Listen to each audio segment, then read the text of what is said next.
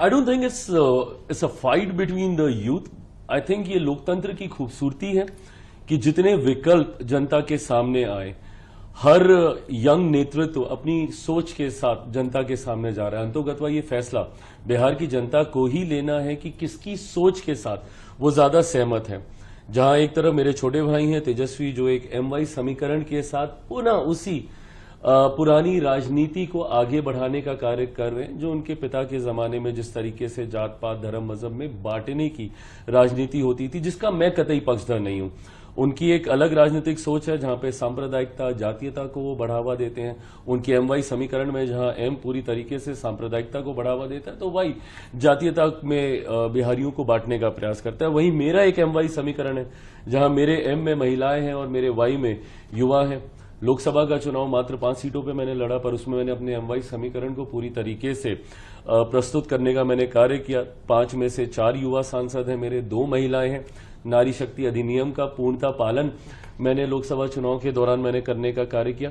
तो ऐसे में अलग अलग विचारधाराएं हैं, अलग अलग सोच है। मैं बिहार फर्स्ट, बिहारी फर्स्ट के साथ बिहार को एक विकसित राज्य बनाने की सोच, विजन के साथ मैं आगे बढ़ रहा हूं। बिहार फर्स्ट, बिहारी फर्स्ट पे मैंने बहुत कार्य किया है। आप बिहार से जुड़ी हुई किसी भी समस्या का जिक्र मेरे सामने करें, उसका समाधान मेरे पास है। कैसे बिहार में हम लोग रेवेन्यू जनरेट कर सकते हैं, कैसे उद्योग लगा सकते हैं, कैसे शिक्षा प्रणाली को हम लोग बेहतर कर सकते हैं, कैसे प्रति व्यक्ति आय को हम लोग बढ़ावा दे सकते हैं, कैसे किसानों की मदद कर सकते हैं, कैसे बाढ़ सुखाड़ से बिहार को हम लोग निजात दिला सकते हैं। इन तमाम विषयों पर मैंने अध्ययन किया है। अभी आपको कौन रोक रहा है सब करने से? अभी तो सरकार में आप पार्टनर हैं, आपका इन्फ्लुएंस है, भी कर सकते हैं। बात इसके लिए वो जीतने की जरूरत क्या है दोबारा?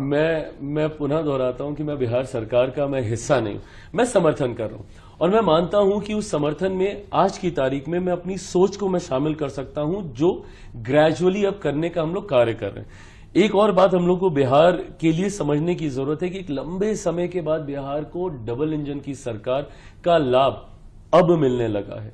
बिहार की यह विडंबना रही है that for the longest time Bihar में विरोधाभास की सरकारें थीं।